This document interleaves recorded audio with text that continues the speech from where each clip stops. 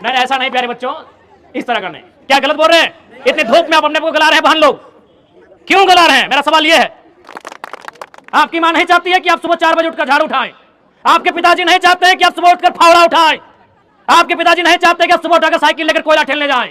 वो इसलिए 4 बजे उठते हैं कि उनका दिल कहता है कि मैंने जो किया सो किया। मेरा बेटा मेरी बेटी अगर उठे तो 4 बजे नहीं 8 बजे, और किसी अनुमंडल का, किसी ब्लॉक का, किसी स्कूल का एक अधिकारी बनकर, एक टीचर बनकर बैठे और कलम से अपने काम को देखे।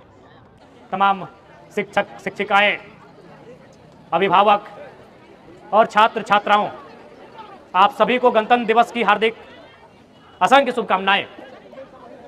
आज बड़े हर्ष उल्लास के साथ, उमंग के साथ पूरे राष्ट्र में गणतंत्र दिवस मनाया जा रहा है। लेकिन आज हमें जानने की आवश्यकता है, जानने के साथ साथ अनुकरण करने की आवश्यकता है कि गणतंत्र का अर्थ क्या है, किन परिस्थितियों में भारत देश में गणतंत्र की व्यवस्था की गई थी, किन परिस्थितियों में भारत देश स्वतंत्र हुआ था। तो ये सर्वविदित है, आप सभी जानते हैं कि गुलामी की एक लंबी दास्ता को हमने देखा था। हमने यानी हमारे देश ने, हमारे पूर्वजों ने। वो दास्ता यूनानियों से लेकर, तुर्क मंगोली से लेकर, मुगल से लेकर अंग्रेजों के कालखंड तक हमने देखा। और जब भारत को स्वतंत्र किया गया, जब भारत को आजाद किया गया, तो उस समय जो उस समय देश के फ्रीडम फाइटर थे, उनके जहन में एक ही सवाल था कि आजाद तो हम हो चुके हैं, लेकिन ये आजादी टिकेगी कैसे? ये आजादी टिकेगी कैसे? क्योंकि हम लोग विभिन्न धर्मों में बटे हुए लोग हैं, विभिन्न संप्रदायों में बटे हुए लोग हैं, विभिन्न प्रकार की बोलियां बोलते हैं, विभिन्न प्रकार के देवी देवताओं में आस्था रखते हैं। यानी हमारे ईश्वर एक नहीं, हमारी भाषा एक नहीं, हमारी बोली एक नहीं, हमारा पहनावा एक नहीं, हमारा रहन सहन एक नहीं, हमारा खान पान एक नहीं, हमारे बात करने का लहजा एक नहीं, हमारी संस्कृति एक नहीं। तो हम एक कैसे रहेंगे? ये सबसे बड़ी चुनौती थी आजाद भारत में।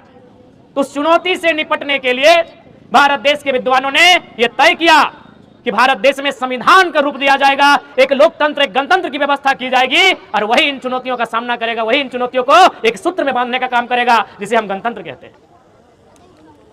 प्यारे बच्चों, गणतंत्र की परिभाषा हमें किताबों में पढ़ने, किताबों की लंबी लंबी लाइनों में नहीं, उस नाम में छुपा है। गणतंत्र का मतलब क्या है? गण यानी लोग। गण मतलब क्या? लोग।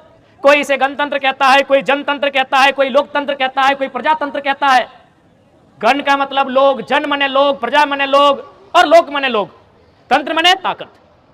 यानी जिस राष्ट्र में जनता के हाथ में ताकत हो उसे ही गणतंत्र भारत कहते हैं।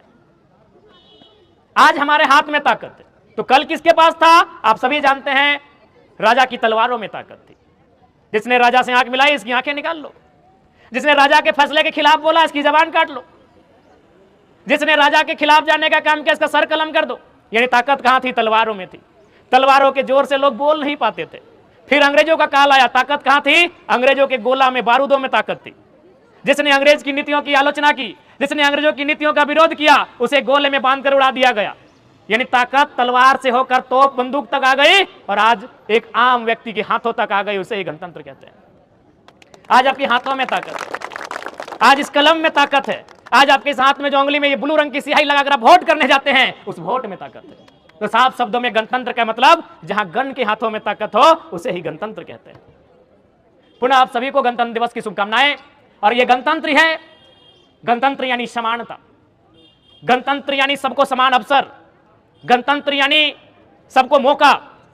यह मौका ही था कि अखबार बेचकर अपनी जीविका का उपार्जन करने वाले शख्स एपीजे अब्दुल कलाम इस देश के सर्वोच्च रहनुमा बन के सामने आए। यह गणतंत्र की ताकत है। चाय की केटलियों में चाय बेचने वाला शख्स नरेंद्र मोदी प्रधान सेवक बन के सामने आए, यह गणतंत्र की ताकत है। आज आपके बीच यही प्रण लेने की आवश्यकता है, इस गणतंत्र की खूबसूरती को कैसे हम बचाएं, इस संविधान के मूल्यों का सम्मान कैसे हो, यह हमारे पास एक सवाल रहेगा। इसलिए जितने भी छात्र छात्राएं विशेषकर आपको संदेश देंगे, बड़ा ही सुंदर एनसीसी के भाई बहनों ने अपना प्रदर्शन किया। उन्हें देखकर तो बिल्कुल भी नहीं लगा कि झारखंड कॉलेज की छात्र छात्राएं हैं। ऐसा देखकर लगा कि मानो आईएएस आईपीएस की भट्टी में तपकर तैयार हुए छात्र छात्राएं हैं। और यही कॉलेज है। कॉलेज का एक मतलब अनुशासन भी होता है, जहां हम अनुशासन को सीखते हैं। कहावत है ना, discipline makes the nation great. अनुशासन ही राष्ट्र को महान बनाता है। तो ये कॉलेज की गलियां ही हैं, ये कॉलेज की पगडंडियां ही हैं, जहां आप अपने गुरुजनों के सानिध्य में, उनके संरक्षण में अनुशासन को सीखेंगे, ज्ञान अर्जन करेंगे, अपने आप को विवेकवान बुद्धिमान बनाकर इस विद्यालय से, इस महाविद्यालय से बाहर जाएंगे। इसलिए छात्र छात्राओं, प्यारे बच्चों, आप सभी को हमारा यही संदेश रहेगा। और साथ में, चूंकि डुमरी और तोपचांची विशेष दूरी नहीं है, एक ही भौगोलिक क्षेत्र है। चूंकि आज 26 जनवरी की एक उमंग होती है, ललक होती है। अच्छा, आप बताइए, तो आप कितना बजे सुबह उठे थे? 5 बजे? अरुण कितने बजे उठे? 5 बजे उठे होंगे। अब आप पता कर लीजिए, आपकी मां आपसे 2 घंटा पहले उठी होगी। हाँ या ना, बस इतना बोलिएगा। आप अगर 5 बजे उठे हैं तो आपकी मां 4 बजे या 3:30 बजे उठी होगी। आप अगर 6 बजे उठेंगे तो आपकी मां 5:30 बजे या 4:30 बजे उठी होगी। उठ के पहला काम क्या क्या होगा? शर्माइए मत, हमारी मां ने भी किया होगा। हालांकि हमारी मां भी हॉस्पिटल में है। अगर घर में होती तो की होती? क्या? पहले झाड़ू पकड़ी होती, जूठे बर्तनों को पोछी होती। गलत बोल रहे हैं? यानी आपके उठने से 2 घंटा पहले आपकी मां उठती है, उठकर सबसे पहले हाथों में झाड़ू थमती है। क्यों मालूम है? न उसका भी दिल कहता है कि मेरी बेटी जब बड़ी हो जाए तो 4 बजे नहीं 8 बजे उठे और झाड़ू नहीं कलम थाम कर किसी ऑफिस में बैठकर अपना काम संभाले। इस बात को याद रखिएगा प्यारे बच्चों। आपकी मां नहीं चाहती है कि आप सुबह 4 बजे उठकर झाड़ू उठाएं। आपके पिताजी नहीं चाहते हैं कि आप सुबह उठकर फावड़ा उठाएं। आपके पिताजी नहीं चाहते कि आप सुबह उठाकर साइकिल लेकर कोयला ठेलने जाएं। वो इसलिए 4 बजे उठते हैं कि उनका दिल कहता है कि मैंने जो किया सो किया। मेरा बेटा, मेरी बेटी अगर उठे तो 4 बजे नहीं 8 बजे, और किसी अनुमंडल का, किसी ब्लॉक का, किसी स्कूल का एक अधिकारी बनकर, एक टीचर बनकर बैठे और कलम से अपने काम को देखे। अभी आपको तय करना है, अभी आपको तय करना है भैया, ये तय आपको करना है कि आप उनकी इस मेहनत का, उनके इस संघर्ष का क्या मूल्य देने जा रहे हैं। ये आपको तय करना है। आज देखिए इतनी धूप है कि नहीं, आप अपने आप को गला रहे हैं। देखिए कुछ बहन लोग का मेकअप भी उतर रहा है। नहीं, ऐसा नहीं प्यारे बच्चों, इस तरह का नहीं। क्या गलत बोल रहे हैं? इतनी धूप में आप अपने को गला रहे हैं। बहन लोग क्यों गला रहे हैं? मेरा सवाल यह है। आप अपने आप को तपा रहे हैं, क्यों तपा रहे हैं? मेरा यह सवाल है। आपने उस विषय में तो हंस दिया जब हमने कहा मेकअप उतर रहा है। मेरा वो विषय नहीं है। मेरा यह विषय है कि आप अपने आप को तपा क्यों रहे हैं, आप अपने आप को गला क्यों रहे हैं? इसलिए कि जब इस भट्टी से, इस महाविद्यालय की भट्टी से आप तप कर, गल कर, जब निखर कर बाहर आए तो काबिल होकर आए। क्या गलत बोल रहे हैं? देखो प्यारे बच्चों, यदि आपको पढ़ने में मन नहीं कर रहा है, यदि आपका मन कर रहा है कि हम दौड़ें, तो हम आपको कहेंगे आप दौड़िए, 4 घंटा दौड़िए। क्योंकि आप 4 घंटा पढ़ने आए हैं, 4 घंटा दौड़िए और झारखंड का नंबर 1 रनर बन के सामने आइए। यदि आपको गाने का मन कर रहा है, 4 घंटा प्रैक्टिस कीजिए और एक गीतकार बन के सामने आइए। यदि आपको लिखने का मन करता है तो एक लेखक बन के सामने आइए। मेरे कहने का मतलब है आप 4 घंटा 6 घंटा समय दे रहे हैं, जिस काम में समय दे रहे हैं उसका आपको एक्सपर्ट होना चाहिए। समय को आप गंवाने तो नहीं ना आए हैं, मौज मस्ती के उद्देश्य से नहीं ना आए हैं, आप कुछ पाने के उद्देश्य से आए हैं।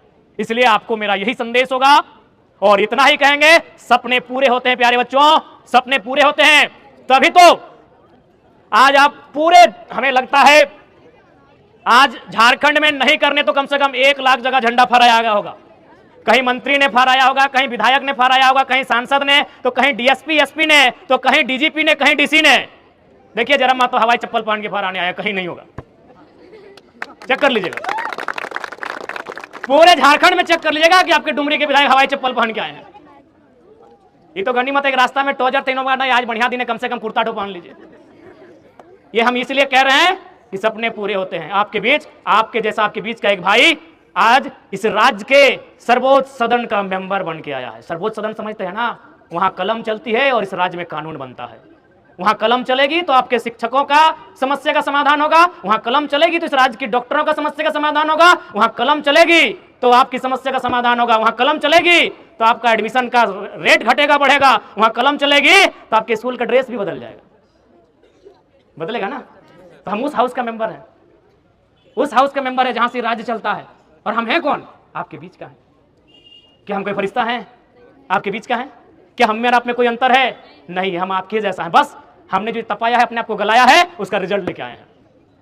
मैंने भी अपने आप को तपाया है, मैंने भी अपने आप को गलाया है, और उस तपने का, उस गलने का ये परिणाम लेकर आया है कि मैंने अपने आप को तपाकर एक प्रयास किया है कि सोना बनकर सबके सामने आए। इसलिए समय का अभाव है।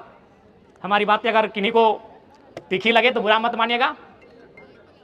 बाकी आपको पुनः रिपब्लिक डे, गणतंत्र दिवस की हार्दिक शुभकामनाएं।